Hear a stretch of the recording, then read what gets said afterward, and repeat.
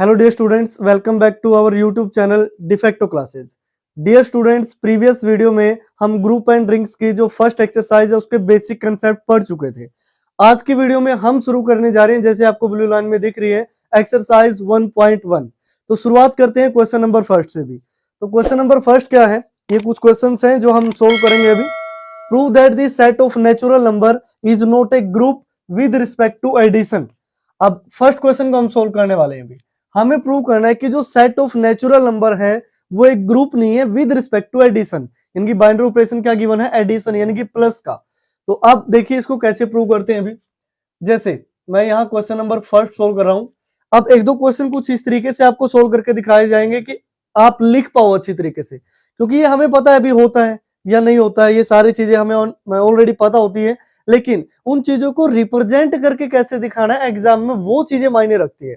अब मान लिया नेचुरल नंबर का आपने पता लगा लिया, हाँ सर ये ग्रुप नहीं होता, उसमें ये आ जाएगा वो आ जाएगा। क्या आप एग्जाम में ऐसा लिखने से काम चल जाएगा कि सर मुझे आता है मेरे को नंबर दे दो? ऐसा नहीं भी, वहां आपको अच्छी तरीके से रिप्रेजेंट करना पड़ेगा। हाँ भी इस तरीके से, ये क्लोजर है, ये एसोसिएटिव है, ये इनवर्स है, ये आइडेंटिटी है, तब जाके हमने प्रूव किया। क्योंकि सारा जो फंडा आपके माइंड में चल रहा है ना, वो छापना होता है आपको। तो वो कैसे छापते हैं वो देखो। नेचुरल नंबर की बात कर रहे हैं तो हम मान लेते हैं let n be a set of natural number. ठीक है ना, n क्या है, सेट ऑफ नेचुरल नंबर है। अब इसको हमें साबित करना है ग्रुप नहीं है, तो पहला काम क्या होता है, ठीक है ना, पहला काम होगा क्लोजर प्रॉपर्टी। जो फर्स्ट होगी हमें दिखाना पड़ेगा कि क्लोजर प्रॉपर्टी को सेटिस्फाई करता है या नहीं। ठीक है ना, तो हम मान लेते हैं लेट ए कोमा बी दो एलिमेंट है जो सेट एन से बिलोंग करते हैं। देन अब यहां पे जो ऑपरेशन गिवन है ए स्टार बी इक्वल टू क्या है, ए प्लस बी, ये हमें गिवन है भी। क्लियर कि जो ए स्टार बी है वो ए प्लस बी है, वो गिवन है, क्योंकि with respect to addition given है, तो ऐड करना है दोनों को। तो अब देखो, अगर आप ए में या ए स्टार बी की वैल्यू निकालते हो तो वो क्या आती है, ए प्लस बी। तो यहां हम क्या लिखेंगे, here a belongs to natural number, b belongs to natural number, this implies a plus b also belongs to natural number. क्योंकि दो नेचुरल नंबर में यानी कि एक नेचुरल नंबर में दूसरा नेचुरल नंबर ऐड करोगे तो रिजल्ट भी क्या आएगा, नेचुरल नंबर आएगा। Hence closure property is verified, hence closure property is verified. तो ये वेरीफाई होगी, बस इतना सा करना है। अब वैसे पता था लेकिन लिख के बताना भी आपको, ऐसे ये थोड़े ना लिख दोगे आप पता है जी। उसके बाद एसोसिएटिव, एसोसिएटिव भी आपको दिखाना है कि एसोसिएटिव प्रॉपर्टी को सेटिस्फाई करता है। एसोसिएटिव का खेल क्या है कि ए स्टार बी और स्टार सी इक्वल टू आना चाहिए a star b star c के for all a b c belongs to natural number. ठीक है ना, तो मान लेते हैं लेट, ये तो वो कंडीशन है कि ए बी सी है जो वो बिलोंग करते हैं नेचुरल नंबर से। देन जो ए स्टार बी स्टार सी इसकी वैल्यू होगी, इसको हम क्या लिखेंगे, ए स्टार बी का मीनिंग ए प्लस बी, और फिर स्टार सी इसका मीनिंग ये फर्स्ट हो गया, सेकंड हो गया, यानी कि फर्स्ट में सेकंड को ऐड करना है, तो ये क्या हो गया, ए प्लस बी। अब अगर मैं ऐसे निकालूं ए स्टार बी स्टार सी, तो ये लिखा जाएगा ए स्टार बी स्टार सी का मीनिंग क्या होता है, बाइनरी ऑपरेशन क्या गिवन है, ये वाला ऑपरेशन गिवन है, ये ध्यान रखना, ये गिवन है, मैंने स्टार्टिंग में लिखा है कि बी स्टार सी का मीनिंग होता है बी प्लस सी। फिर फर्स्ट ये हो गया, सेकंड ये हो गया, तो फर्स्ट में सेकंड को जोड़ना है, तो ये भी क्या बना, ए प्लस बी प्लस सी। ठीक है ना, तो यहां हम क्या लिख सकते हैं कि ये हमारी है लेफ्ट हैंड साइड और ये है राइट हैंड साइड, दोनों के आगे equal. So associative property is verified, associative property is verified. अब ये भी वेरीफाइड होगी, भी दो वेरीफाई होगी, और हमें साबित करना है कि ये ग्रुप नहीं है। तो अब तीसरी पे चलते हैं। तीसरी क्या होती है, आइडेंटिटी एलिमेंट, आइडेंटिटी एलिमेंट भी, आइडेंटिटी एलिमेंट एग्जिस्ट करता है या नहीं, अगर नहीं करता तो फिर बोल देंगे ग्रुप नहीं है। तो आइडेंटिटी एलिमेंट की कंडीशन क्या है कि ए स्टार अगर आप ई निकालते हो तो वो ई के ही इक्वल आता है, वो सॉरी ए के ही इक्वल आता है, और ई स्टार ए ऐसे भी आप कर सकते हो, ठीक है ना। तो अब जो ऑपरेशन गिवन है ए स्टार ई, यानी कि ऑपरेशन का मीनिंग क्या, ऐड करना फर्स्ट में सेकंड। तो यहां से हम लिखेंगे ए प्लस ई इक्वल टू ए, ए दोनों साइड से कैंसिल, ई इक्वल टू क्या आ गया 0, but 0 does not belongs to natural number. अब 0 नेचुरल नंबर से बिलोंग नहीं करता, तो यहां हम लिखेंगे identity element, their identity element does not exist, so it is not a group under addition. अब ये नहीं है कि नेचुरल नंबर कहीं ग्रुप ही नहीं बनता, बस अंडर एडिशन ये ग्रुप नहीं बनेगा, तो ये सारा अपने अच्छे तरीके से छाप देना है भी, ठीक है ना। तो ये है आपके लिखने का पैटर्न। अब देखो मान लिया आइडेंटिटी एलिमेंट भी इसमें मिल जाता, हम सपोज कर लेते हैं मिल गया, फिर हम फोर्थ स्टेप पे जाते हैं, इनवर्स पे, इनवर्स एलिमेंट निकालते हैं कि a star b equal to ई है, लेकिन उसके लिए पहले आइडेंटिटी निकालना जरूरी है, क्योंकि वहां आपको ई की वैल्यू पता होना चाहिए रखने के लिए, ठीक है ना। तो ये सारी चीजें, जहां भी एक भी कोई फेलियर हो इन चार प्रॉपर्टी में से, तभी आप बोल दोगे कि ये ग्रुप नहीं होगा भी। तो ये है आपका फर्स्ट क्वेश्चन, बड़ा सिंपल सा था, तो मेरे ख्याल से आपको समझ में आ गया होगा।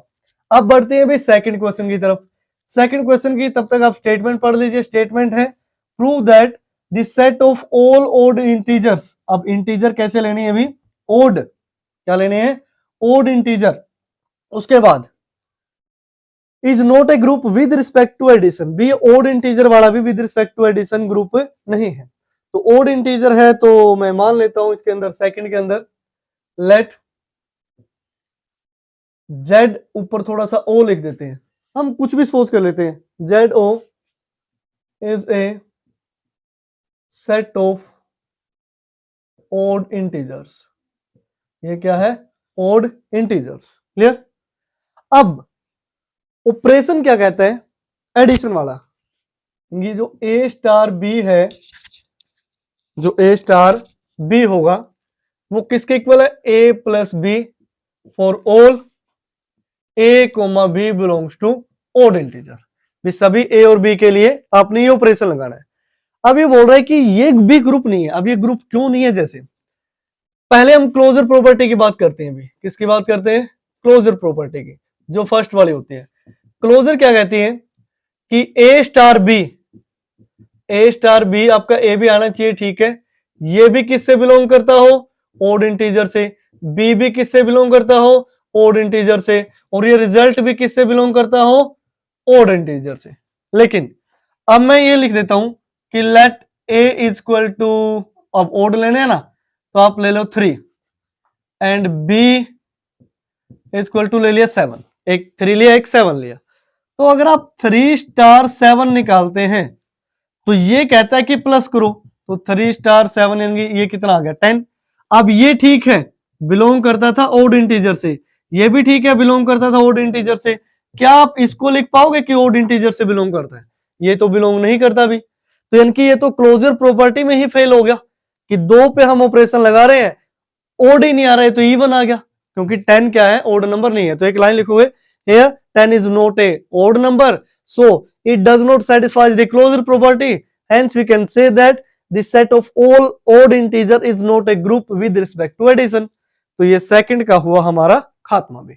तो ये हो गया सेकंड क्वेश्चन, बड़े सिंपल से हैं, बस आपको लिखने का तरीका जो मैंने फर्स्ट क्वेश्चन के अंदर बताया है वो आपने फॉलो करना है, ठीक है ना। अब दूसरे का तो फर्स्ट में जयकारा लग गया, यानी कि किसी के जयकारे आप फोर्थ में लगाओगे, किसी की थर्ड प्रॉपर्टी सेटिस्फाई नहीं होगी, किसी की सेकंड, किसी की फर्स्ट। अब आपके माइंड में आ रहा है सर क्वेश्चन ऐसे आने चाहिए ना, बस क्लोजर ही सेटिस्फाई ना हो, आगे ना लिखना पड़े। बस ये ना हो कि 3 सेटिस्फाई करवा रहे हैं, चौथी देखी तो हो गड़बड़ होगी भी, है ना। और निकालनी भी ऐसी है क्लोजर एसोसिएटिव आइडेंटिटी और इनवर्स। चलो क्लोजर एसोसिएटिव को आगे पीछे आप निकाल सकते हो, लेकिन इनवर्स के लिए आइडेंटिटी एलिमेंट तो आपको चाहिए, तो पहले आपको आइडेंटिटी निकालना पड़ेगा, फिर इनवर्स निकालना पड़ेगा। कई बोलेंगे सर इनवर्स नहीं एग्जिस्ट करता, सीधा ही वो निकाल देते हैं। इनवर्स के लिए आइडेंटिटी चाहिए भी, ए स्टार बी इक्वल टू ई, तो ई कहां से लाएगा, वो तो आइडेंटिटी देगा ना। तो ये ध्यान रखना, पहले आइडेंटिटी बाद में इनवर्स। अब आते हैं अभी थर्ड वाले पे। थर्ड वाला क्या बोलता है, prove that the set of all even integer including zero is an abelian group. अब अबेलियन ग्रुप आ गया। अबेलियन ग्रुप सर सुना हुआ तो लग रहा है, ऐसा सोच रहे होंगे। अबेलियन ग्रुप में कुछ खास नहीं है, चार यही चीजें और पांचवी कोमुटेटिव प्रॉपर्टी ऐड कर दो तो कोमुटेटिव ग्रुप, या फिर उसको हम अबेलियन ग्रुप बोल देते हैं। तो इवन इंटीजर की बात कर रहे हैं तो हम मान लेते हैं अभी लेट जेड, या ई मान लेते हैं, क्या रखा है जेड में, E be a set of even integers.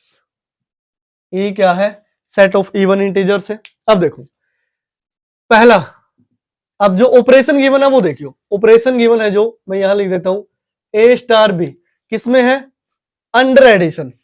A star B है, ए प्लस बी आपने लेके चलना है, ये ऑपरेशन हमें गिवन है, ध्यान से चेक कर लेना, ये लिख रखा भाई अंडर एडिशन की बात हो रही है, ठीक है ना। तो अब क्लोजर प्रॉपर्टी पहले आती है, क्लोजर प्रॉपर्टी भी। क्लोजर में क्या कहता है कि a star b equal to a plus b, ठीक है।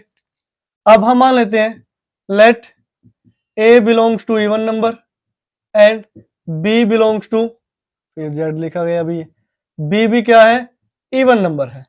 अब देखो दो इवन नंबर हैं, अगर हम दो इवन नंबर का प्लस करें कि E1 प्लस E2, तो क्या E3 जो रिजल्ट आएगा वो ओड आ जाएगा, भी कभी चांस ही नहीं है। 100% दो इवन नंबर का सम इवन ही रहेगा, तीन इवन नंबर का सम भी क्या रहेगा, इवन ही रहेगा।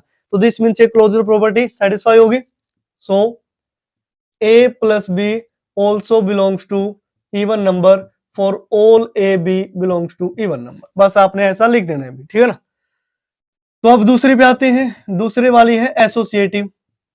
एसोसिएटिव, एसोसिएटिव अब ध्यान से समझना इसको। एसोसिएटिव क्या कहती है कि ए स्टार बी स्टार सी, कहां लग गया, ए स्टार बी स्टार सी वो इक्वल होना चाहिए a star b star c के, ऐसा होना चाहिए। अब देखो ए स्टार बी अभी हम लिख के आए हैं कि ए प्लस बी होगा, स्टार सी ये हम a star b star o b plus c लिख के आए हैं, ठीक है ना। यहां पे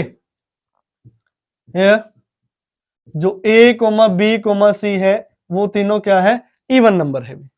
अब देखो ए प्लस बी ये वाला जो ये वाला पोर्शन है ये एक इवन नंबर है, ठीक है ना। इसमें सी भी क्या है, एक इवन नंबर है। ऐसे ही अब ये भी क्या हो गया, इवन नंबर, क्योंकि ए बी सी तीनों इवन थे, और ये क्लोजर में हम प्रूव करके आए ए बी इवन। तो लेफ्ट साइड में भी क्या हुआ, इवन प्लस इवन, यहाँ पे भी क्या हुआ, इवन प्लस इवन। तो इनका जो रिजल्ट निकलेगा एडिशन के अंदर, यानी कि a plus b plus c equal to क्या होगा, a plus b plus c and a plus b plus c also belongs to even number भी, ये भी तो होगा क्योंकि ये कंप्लीट एक इवन नंबर है, ये फिर इवन नंबर, क्योंकि जितने भी इवन नंबर्स को आप जोड़ते रहो हमेशा इवन नंबर आता रहेगा भी। तो ये होगी आपकी एसोसिएटिव प्रॉपर्टी भी वेरीफाई। अब बात करते हैं आइडेंटिटी की। Identity, identity element, identity element क्या कहते हैं कि ए स्टार ई है जो ए के बराबर हो, या फिर ए स्टार ए भी आप ले सकते हो। तो एडिशन है तो मैं लिखूंगा ए प्लस ए इक्वल टू ए है भी, तो यहां से ए कैंसिल आउट हुआ, ई की वैल्यू क्या आई 0, एंड जो ई है वो ठीक है बड़े वाले इसे बिलोंग करता है, इनकी इवन नंबर है, तो आइडेंटिटी भी इवन एलिमेंट आ गया, तो ये सही होगा। अब फोर्थ पे चलते हैं। फोर्थ कहता है बी इनवर्स निकालो।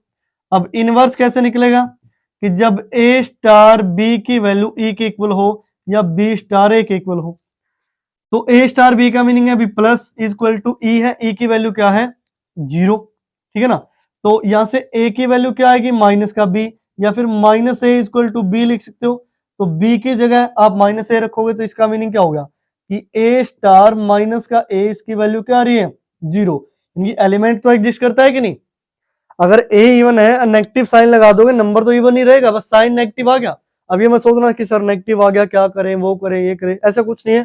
तो इसका इनवर्स भी एग्जिस्ट करता है, ठीक है ना। क्या, क्योंकि इसने साइन गिवन नहीं है कि इवन आपने पॉजिटिव लेने, सिर्फ इवन बोला है, सिर्फ इवन। इनकी -2 को भी आप यहाँ इवन कंसीडर कर सकते हो। अगर ये बोल देता ऑल पॉजिटिव इवन इंटीजर्स तो फिर गड़बड़ हो जाती है, नेगेटिव ए आ गया है कि नहीं। तो दिस मीन्स अब ये क्या होगा, ग्रुप होगा भी, क्लियर। उसके बाद अब बात करते हैं फोर्थ की। फोर्थ वाले पे आ जाते हैं। Prove that c plus c comma plus, c का मीनिंग होता है यहां कॉम्प्लेक्स नंबर भी, ये आप ध्यान रखें, ये होता है कॉम्प्लेक्स नंबर। कॉम्प्लेक्स नंबर यानी कि आयोटा वाले जो a प्लस आयोटा b की फॉर्म में लिखे होते हैं तो उसको हम कॉम्प्लेक्स नंबर बोलते हैं, ठीक है ना। तो अब इसकी बात करते हैं, complex number is an abelian group. अब ये क्या होगा, अबेलियन ग्रुप होगा भी, ठीक है ना। तो इसको हटा देते हैं, इनको लिखा रहने देते हैं क्योंकि बार बार ना लिखना पड़े हमें ये क्लोजर ब्लोजर जो भी होता है, ठीक है ना। तो अब देखो कॉम्प्लेक्स नंबर के केस में क्या होगा, पहले तो ऑपरेशन देख लेते हैं कौन सा डिफाइंड है। प्लस का है भी, देखो ग्रुप में ये सी प्लस लिख रखा है तो दिस मीन्स अंडर एडिशन की बात कर रहा है। तो मान लेते हैं let C be the set of complex number, ठीक है ना। एंड जो ए स्टार बी की वैल्यू है वो आपको ए प्लस बी दी गई है, यानी कि एडिशन की बात कर रहे हैं। अब देखो कॉम्प्लेक्स नंबर को वैसे हम जेड से भी डिनोट करते हैं, अगर मैं यहां जेड लिख लूं कि Z1 स्टार Z2, जहां Z1 Z2 कॉम्प्लेक्स नंबर है, कोई Z3 आएगा। अब ये अपने आप में क्या है, कॉम्प्लेक्स नंबर। ये अपने आप में क्या है, दूसरे वाला, ये भी एक कॉम्प्लेक्स नंबर है। तो ऑब्वियस सी बात है कॉम्प्लेक्स नंबर में कॉम्प्लेक्स नंबर ऐड करोगे तो ये भी क्या आएगा, भी कॉम्प्लेक्स नंबर ही आएगा। तो क्लोजर प्रॉपर्टी क्या होगी, वेरीफाई। बस इन चीजों को आपने ढंग से एक्सप्लेन करके लिखना है, मैं सिर्फ यहां आपको समझा रहा हूं।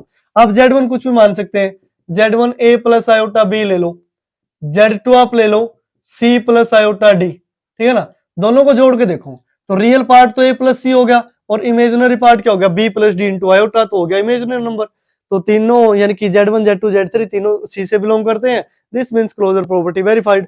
अब ऐसा ही होगा कि अगर आप Z1 star Z2 star Z3 लेते हैं, वो इक्वल आएगा Z1 star Z2 star Z3 के, ठीक है ना, क्लियर। तो दिस मीन्स अब देखो ये दोनों का जोड़ एक कॉम्प्लेक्स नंबर है, ये हम क्लोजर प्रॉपर्टी के अंदर पढ़ के आए हैं। ये भी क्या है, एक कॉम्प्लेक्स नंबर है।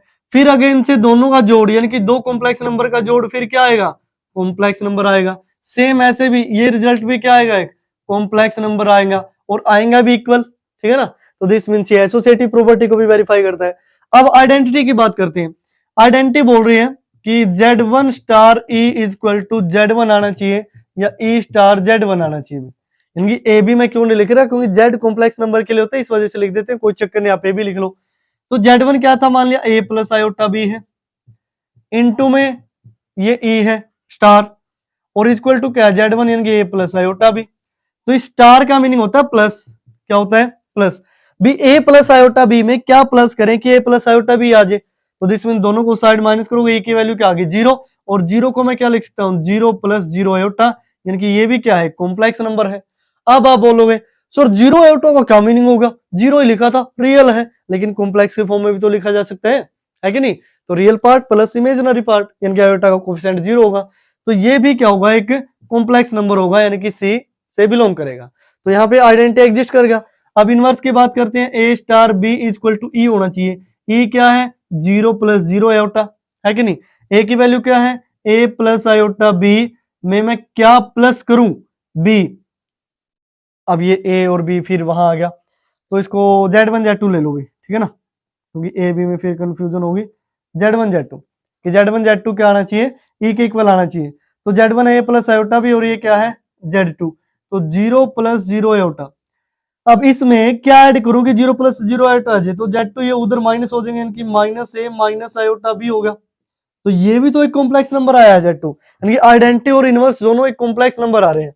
तो यहां से हम सिंपली बोल सकते हैं कि जो C प्लस है वो अबेलियन ग्रुप होगा। अबेलियन ग्रुप की एक और रहेगी कोमुटेटिव। कोमुटेटिव क्या कहता है कि Z1 star Z2 equal to Z2 star Z1 आना चाहिए। अब देखो भी दो कॉम्प्लेक्स नंबर को जोड़ोगे तब भी वही आएगा, दूसरे वाले को पहले लिख के जोड़ोगे तब भी वही आएगा। दिस मीन्स ये जो कोमुटेटिव प्रॉपर्टी है, कोमुटेटिव, तो उसको भी ये वेरीफाई करेगा। तो इस वजह से ये क्या है, अबेलियन ग्रुप है। तो ये हुआ भी आपका क्वेश्चन नंबर 4, जो बड़ी सिंपली से आपको समझ में आ जाना चाहिए। अब बात करते हैं आगे वाले क्वेश्चंस की। आगे वाला यानी कि फिफ्थ देखो, तो फिफ्थ और सिक्स है जो थोड़े से अलग हैं, अलग वगैरह चलो एक बार मैं बता देता हूं आपको। फिफ्थ में क्या है, सो दैट जी है जो वो -1 to 1 है, is a finite group under multiplication. भी मल्टीप्लिकेशन के अंडर जी एक फाइनाइट ग्रुप है और जी सेट की वैल्यू -1 to 1 है।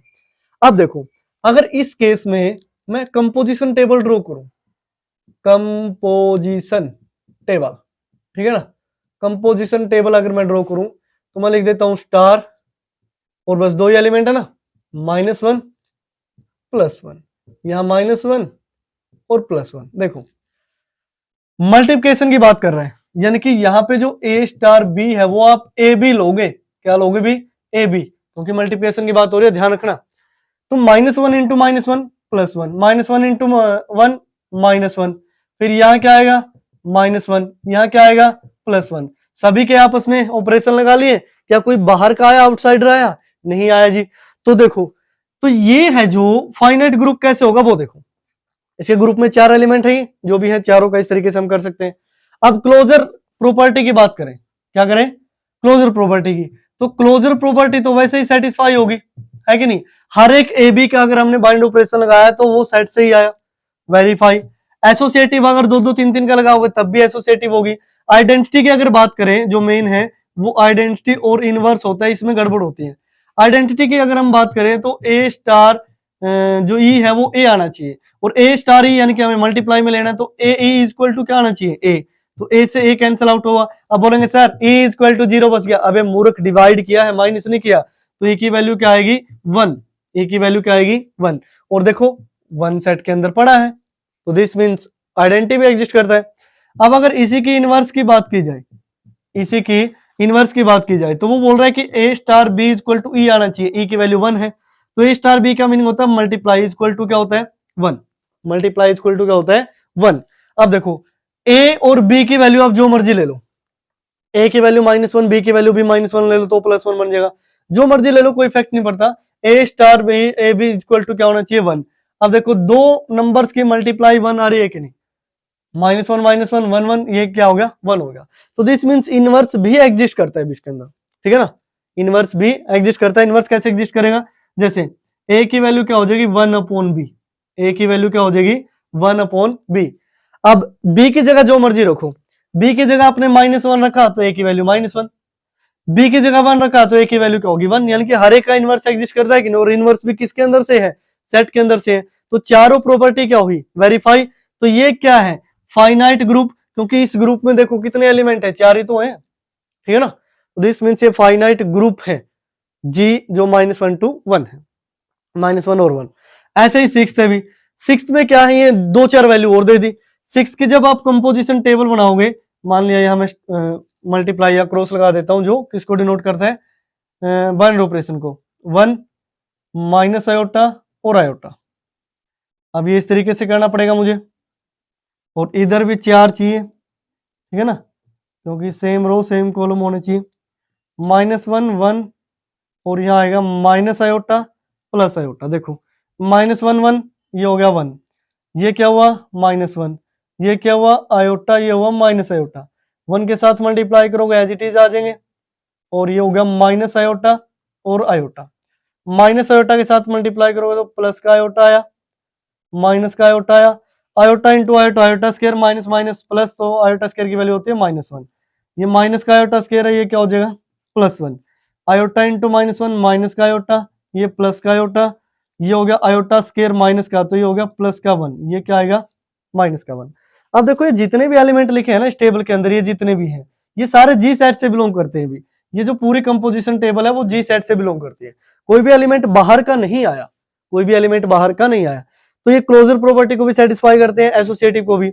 अब अगर यहाँ आइडेंटिटी की बात की जाए और ऑपरेशन है अंडर मल्टीप्लिकेशन, मल्टीप्लाई तो हम कर रहे थे कि जो ए स्टार बी है वो आप क्या लोगे, वो आप ए बी लोगे भी, ठीक है ना, ये ऑपरेशन हमें गिवन है 6 क्वेश्चन में। तो अब ए स्टार ई की अगर बात की जाए तो वो ए आना चाहिए, क्योंकि ए इंटू ई या इंटू ए ऐसे लिख लो, ए इंटू ई, तो इक्वल टू ए आना चाहिए, कट गया तो ई की वैल्यू क्या आई 1, और ई की वैल्यू 1 जी सेट के अंदर पड़ी है, तो दिस मीन्स आइडेंटिटी एलिमेंट तो एग्जिस्ट करता है। अब इसी का अगर हम आप क्या निकालते हो, इनवर्स निकालते हो, इनवर्स निकालोगे तो क्या बनेगा कि a star b equal to ई आना चाहिए, ए स्टार बी का मीनिंग है ए बी, और ई की वैल्यू क्या है 1, तो वहीं से ए की वैल्यू क्या आएगी 1/b, जैसे ऊपर वाले में हुआ था। अब बी की वैल्यू जो मर्जी रख लो, देखो बी की वैल्यू -1 रखो तो ए की वैल्यू -1 आ जाएगी, 1 रखोगे 1 आ जाएगी, माइनस का आयोटा रखोगे बी की वैल्यू, तो ए की वैल्यू आएगी -1 by iota, iota into iota करोगे, यानी कि रेशनलाइज कर दिया ऊपर, तो क्या हुआ minus iota, iota into iota, iota square हो गया, आयोटा स्केयर की वैल्यू क्या होती है -1, जो इसको प्लस बना देगा, यानी कि ये क्या है आयोटा। अब बी की जगह आपने आयोटा रखा तो ए भी क्या मिला आयोटा, माइनस आयोटा रखोगे तो माइनस का आयोटा मिल जाएगा, यानी कि सभी एलिमेंट्स के इनवर्स भी एग्जिस्ट करते हैं और आइडेंटिटी एलिमेंट भी एग्जिस्ट करता है, और कोमुटेटिव कोमुटेटिव कह रहा हूं, क्लोजर और एसोसिएटिव को तो सेटिस्फाई करता ही है। तो दिस मींस 6 भी वेरीफाई हो गया भी हमारा, यानी कि 6 क्वेश्चन जो है कि ये जो जी सेट है वो एक ग्रुप बनेगा पक्का मल्टीप्लिकेशन के अंदर। क्लियर?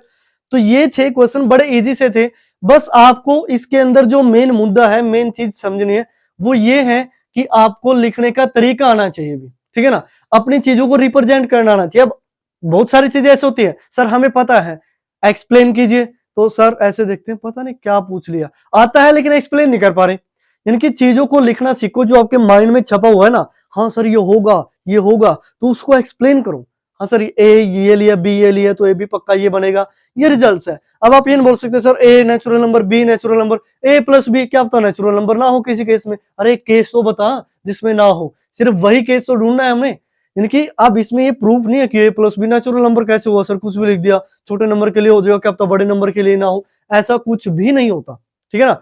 जो चीजें हर जगह कंप्लीटली सही है उन्हीं को हम लिखेंगे। अगर कोई आपको ऐसा एग्जांपल लगता है कि नहीं सर इस केस में अगर a प्लस बी आप लोगे तो वो नेचुरल नंबर नहीं होगा, तो वो पर्टिकुलर केस आपने लिख के दिखाना है कि a equal to this belongs to natural number, b equal to this belongs to natural number, then a plus b does not belongs to natural number. अगर आपके पास है तो यानी कि उल्टा चलना है, वो चीजें ढूंढने जिससे ये गलत साबित हो। अगर आप नहीं ढूंढ पाओ तो सही तो है ही, और जिसमें प्रूव दैट आ जाता है भी प्रूव करो। अब लिखने वाले ने ऐसे थोड़े लिख दिया होगा कि प्रूव करो ये ग्रुप है, अब ग्रुप होगा तभी तो हमें प्रूव करने के लिए दिया, अगर वो ग्रुप ही नहीं होता और फिर लिख देता प्रूव दैट ग्रुप, तो आप बोलते सर हम तो फिर भी कर देते, जीनियस है। तो वो भाई आपकी बात अलग है, तो थोड़ा ध्यान से देखा करो। तो ये थे डियर स्टूडेंट्स पहले 6 क्वेश्चन। उसके बाद नेक्स्ट क्वेश्चन है क्वेश्चन नंबर 7। क्वेश्चन नंबर 7 क्या कहता है, सो दैट जो जी सेट है, जी सेट कुछ इस टाइप से है, 2 की पावर में लिखा गया है, 2 की पावर -4 -3 -2 -1 और 2 की पावर 0 को 1 लिख दिया, 1 2 3, यानी कि 2 की पावर में इंटीजर लिखे गए हैं अभी, ठीक है ना। Is an abelian group with respect to multiplication, इसको हमें अबेलियन ग्रुप साबित करना है भी।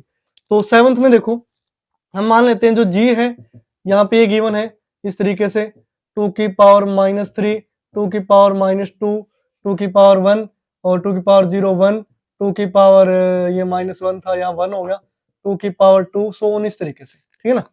अब हम मान लेते हैं let x, y and z belong करते हैं सेट जी से, किससे बिलोंग करते हैं सेट जी से, वेयर जो x लिया है वो 2 की पावर m है, y लिया है वो 2 की पावर n है, और जो z लिया है वो 2 की पावर m n, कुछ भी लिख लो, आप 0 लिखोगे तो वो o के जैसा लगेगा, p लिख लो, ठीक है ना, कि 2 की पावर हमने क्या ले लिया p।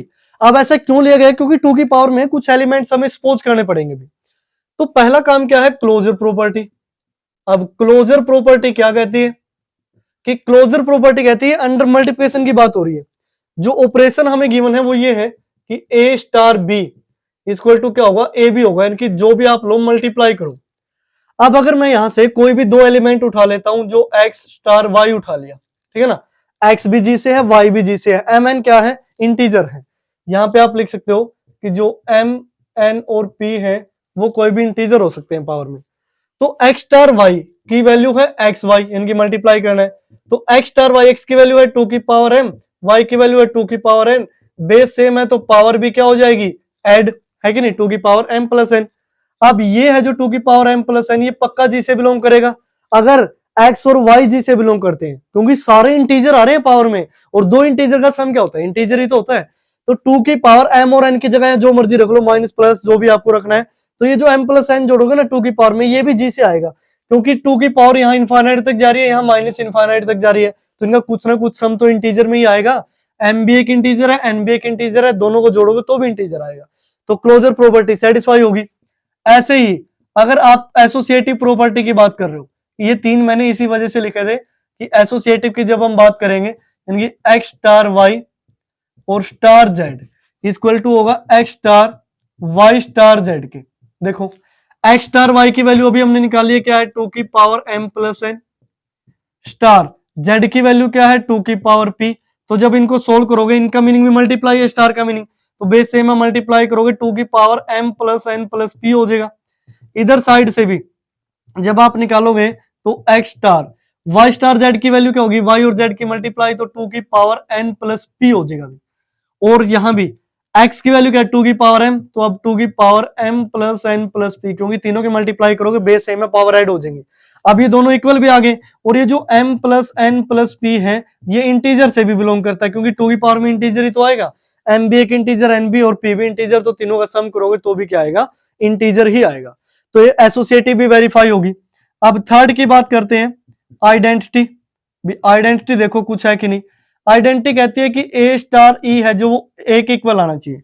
ए यानी कि कोई भी एक मान लिया 2 की पावर m है, उसकी मल्टीप्लाई ई के साथ करो तो 2 की पावर m आई, तो 2 की पावर m कैंसिल आउट, अभी ये क्या बचेगा 1। अब ई की वैल्यू 1 क्या सेट में है भी, ये देखो बीच में बैठा है बिल्कुल यहां से डाले हुए, तो ये इससे बिलोंग करते हैं। अगर इनवर्स की बात की जाए, इनवर्स भी इनवर्स एग्जिस्ट करेगा कि नहीं फोर्थ में। अब इनवर्स का मीनिंग क्या होता है कि ए स्टार बी है जो वो ई के इक्वल आना चाहिए। ए स्टार बी यहाँ मल्टीप्लाई से रिलेटेड है, तो ए बी है जो वो ई की वैल्यू क्या है 1 आनी चाहिए। अब ए इक्वल टू क्या हो गया 1 बाय ए हो गया, ओ सॉरी 1 बाय बी हो गया। क्लियर। अब देखो बी की जगह जो मर्जी रखो, इस पे बी की जगह जो मर्जी रखो, मान लिया बी की जगह 2 रखा तो 1 बाय 2 का मीनिंग क्या होता है 2 की पावर -1। ये है कि नहीं, इसके अंदर 1 रखा तो 1 आया, नीचे 2 की पावर 2 रखा तो ऊपर 2 की पावर -2 हो गया। यानी प्लस पावर रखते रहो माइनस होती जाएंगी, माइनस रखते जाओ प्लस होती रहेंगी। यानी हर एक बी के लिए कोई ना कोई ये पक्का बैठा है, तो इनकी हर एक एलिमेंट का क्या एग्जिस्ट करता है इनवर्स। तो दिस मीन्स ये क्या होगा अबेलियन ग्रुप। अब अबेलियन ग्रुप की एक प्रॉपर्टी और रहती है, वो है कोमुटेटिव, फिफ्थ वाली कोमुटेटिव। कोमुटेटिव का मीनिंग क्या है कि ए स्टार बी है जो वो इक्वल होना चाहिए बी स्टार ए के।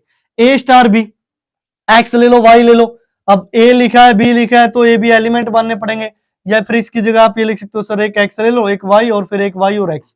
एक्स और वाई की मल्टीप्लाई करोगे 2 की पावर m प्लस n बनेगा, और y इंटू एक्स करोगे तो 2 की पावर n प्लस m, बात तो बराबर ही है। यानी कि दोनों से यहां से क्या आएगा 2 की पावर m प्लस n, यहां से क्या आएगा 2 की पावर n प्लस m, तो m प्लस n और n प्लस m सेम ही तो होते हैं, ठीक है ना, और दोनों इंटीजर भी है। तो ये है भी सिंपल सा फंडा, बस सारी चीजें आपको पता है, आपको लिखना आना चाहिए। अब 8 पे आते हैं।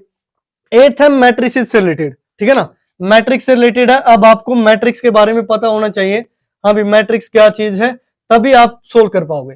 कईयों को तो ये लग रहा है सर ये क्या आ गया, पहली बार सुना है, भी अलजेब्रा में पढ़ के आए हो, सारा मैट्रिक्स का तो था, ठीक है ना। तो अंडर एडिशन की बात कर रहा है भी, prove that the set of all 2 by 2 matrix form an abelian group with respect to under addition, ठीक है ना। हम मान लेते हैं let M be a set of matrices of order 2 cross 2, ठीक है ना। और यहां बड़ा लिखेंगे A स्टार B की वैल्यू दे रखी है A प्लस बी, यानी कि दो मैट्रिक्सों को जोड़ना है। अब एक चीज बताऊं, दो मैट्रिक्सों को जोड़ना है A प्लस बी आना चाहिए। A अगर इस सेट से बिलोंग करती है और ये है 2 by 2 ऑर्डर की मैट्रिक्स, B भी क्या है 2 by 2 ऑर्डर की मैट्रिक्स, क्या उन दोनों का जोड़ 4 by 4 आ जाएगा, 3 by 3 आ जाएगा, 2 by 1 आ जाएगा, ऐसा कुछ नहीं होगा। Conformable for matrices for addition क्या होती है, सेम ऑर्डर की मैट्रिक्स को ही जोड़ सकते हैं, और जो ऑर्डर आता है वो भी क्या आता है सेम आता है, तो होगी क्लोजर। अब एसोसिएटिव की बात करें तो ए स्टार बी और स्टार सी इक्वल आना चाहिए क्या ए स्टार बी स्टार सी के, इस तरीके से। इसका मीनिंग हम ए प्लस बी को जोड़ सकते हैं, फिर आगे सी को जोड़ सकते हैं, तो इसका भी मीनिंग यही आएगा ए प्लस बी प्लस सी। अब देखो ए 2 by 2 है, बी भी 2 by 2 है, सी भी 2 by 2 है, तो इन तीनों को जब जोड़ोगे तो रिजल्ट भी क्या आएगा 2 by 2 का। सेम यहां से भी रिजल्ट क्या आएगा 2 by 2 का, तो दिस मीन्स एसोसिएटिव भी वेरीफाई होगी। अब आइडेंटिटी की बात करते हैं। आइडेंटिटी की बात क्या करते हैं हम, a star E, A star ई, ई का मीनिंग यहां आप मैट्रिक्स लोगे, अभी एलिमेंट नहीं है, वो इज इक्वल टू ए आया बी ई। देखो मैट्रिक्स का आइडेंटिटी एलिमेंट कोई नंबर थोड़े ना हो सकता है कि सर यहां मैट्रिक्स की बात करो 5 ले लो आइडेंटिटी एलिमेंट, अरे 5 जस्ट एक नंबर है, हमें 2 by 2 की मैट्रिक्स लेनी है, ई की वैल्यू क्या होगी 2 by 2 की मैट्रिक्स। जब नंबर्स के बारे में पढ़ रहे थे तो नंबर लेते हैं, तो इसका मीनिंग क्या है ए में एक ई मैट्रिक्स जोड़े ए ही आ जाए, ए मैट्रिक्स को हटाओगे तो ई की वैल्यू क्या है 0 मैट्रिक्स। अब ये 0 नंबर नहीं है, इसका मीनिंग है 0 0 0 0 इस तरीके से आया है। तो ई भी क्या है, 2x2 ऑर्डर की मैट्रिक्स, और एम सेट से ये बिलोंग करती है, तो एम क्योंकि क्या था, 2x2 ऑर्डर की मैट्रिक्स का सेट था, तो ये भी 2x2 है, तो ये क्या हो गया, आइडेंटिटी एग्जिस्ट करता है। इनवर्स का मीनिंग आप समझो भी, इनवर्स कैसे निकलेगा फोर्थ वाले पार्ट में। इनवर्स का मीनिंग है कि ए स्टार बी की वैल्यू है जो ई होनी चाहिए, क्योंकि ए कोई भी मैट्रिक्स जिसका ऑर्डर 2x2 है उसमें प्लस करो, बी कोई 2x2 की मैट्रिक्स, क्या आना चाहिए, 0 0 0 आना चाहिए। तो ऑब्वियस सी बात है, यहां जो पॉजिटिव साइन होंगे यहाँ सारे नेगेटिव हो जाएंगे, क्योंकि ए की वैल्यू क्या आएगी, माइनस का बी आएगा। अब क्या नेगेटिव साइन लगाने से ऑर्डर चेंज हो जाएगा, यानी कि अगर आप यहाँ 1 2 3 4 लिख रहे हैं तो सीधी सी बात है यहाँ आपको -1 -2 -3 -4 लिखना पड़ेगा, तभी तो एडिशन क्या आएगी, आइडेंटिटी यानी कि 0 आएगा। इसका आइडेंटिटी एलिमेंट एक मैट्रिक्स बनेगी, ये आप ध्यान रखना। कई घोंचू प्रसाद होते हैं कि सर आइडेंटिटी एलिमेंट अकेला 0 लिखो, 4 क्यों लिख दिया आपने, भैया मैट्रिक्स है तो 4 ही लिखनी पड़ेंगे, एक लिख दिया तो 1 बाय 1 ऑर्डर हो जाएगा, जो यहाँ है ही नहीं, ठीक है ना। तो मैट्रिक्स का आइडेंटिटी एलिमेंट, अब नाम तो आइडेंटिटी एलिमेंट है, आइडेंटिटी क्या होगी मैट्रिक्स की, वो ये बनेगी 0 0, इस वाले केस में, अलग अलग होता है सभी में। तो ये हो गया आपका एडिशन के अंदर चारों प्रॉपर्टीज सेटिस्फाई होगी। अबेलियन ग्रुप बोल रहा है कोमुटेटिव को और देख लो कि ए में बी मैट्रिक्स जोड़ो और बी में ए मैट्रिक्स जोड़ो। क्या एडिशन के अंदर मैट्रिक्स कोमुटेबल नहीं होती, कोमुटेट करती है भी ये, इनकी ए में बी जोड़ोगे तब भी वही मैट्रिक्स आएगी, बी में ए जोड़ोगे तब भी वही आएगी, बस कंडीशन ये दोनों का ऑर्डर सेम हो, इसने पहले दे रखा है 2x2 की लेनी है, तो यहाँ भी 2x2 यहाँ भी 2x2 सेम वैल्यू आएगी, तो दिस मीन्स ये कोमुटेटिव भी है, और कोमुटेटिव है तो दिस मीन्स अबेलियन ग्रुप हो गया। अब same as it is 9th और 10th है भी, 9th और 10th में क्या है वो मैं आपको बता देता हूं। 9th की स्टेटमेंट जरा आप पढ़िए, एस एक सेट दे रखे हैं और सेट में मैट्रिक्स बैठा रखी है, सेट में क्या बैठा रखी है, मैट्रिक्स।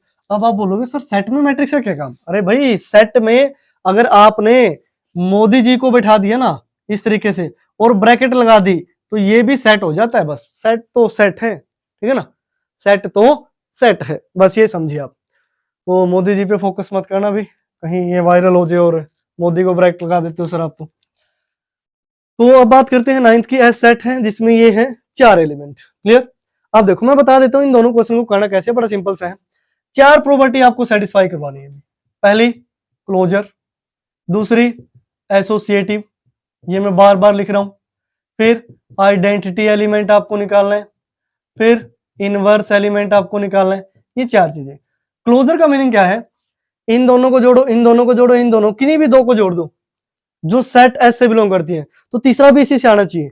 अगर कोई आपको चारों में से कोई भी दो आप मैट्रिक्स उठा पाते हैं कि सर इन दो का सम ना एस से बाहर आ गया, तो ये क्लोजर प्रॉपर्टी को सेटिस्फाई नहीं करेगा, लेकिन मैं बोल रहा हूं करेगा, क्योंकि ये मल्टीप्लिकेटिव ग्रुप हमें साबित करना है, सॉरी ये मल्टीप्लिकेटिव है भाई, यानी कि आपको मल्टीप्लाई करनी है, यानी कि जो ऑपरेशन गिवन है दो मैट्रिक्स के अंदर ए स्टार बी, ये ए भी आना चाहिए, क्या आना चाहिए, ए बी। पहले एडिशन था तो मैं एडिशन बता रहा था, मल्टीप्लाई करनी है, फर्स्ट की मल्टीप्लाई सेकंड के साथ, सेकंड की थर्ड के साथ, थर्ड की फोर्थ के साथ, फोर्थ की फर्स्ट के साथ, सेकंड फोर्थ के साथ, जैसे मर्जी आप मल्टीप्लाई करो, रिजल्ट एज सेट से ही आएगा, डेफिनेटली आएगा भाई, चेक कर लेना। एसोसिएटिव में 3 की मल्टीप्लाई करो, फिर वो इसी में से आना चाहिए। आइडेंटिटी के अंदर क्या होगा, एक मैट्रिक्स की किसके साथ मल्टीप्लाई करे कि वही आ जाए, तो ऑब्वियस सी बात है एक आइडेंटिटी मैट्रिक्स ही ऐसी है जो किसी के साथ भी मल्टीप्लाई होगी तो सेम मैट्रिक्स देगी। अब देखो आइडेंटिटी इसके अंदर पड़ा है, तो ये क्या हो गया, आइडेंटिटी एलिमेंट भी एग्जिस्ट कर गया।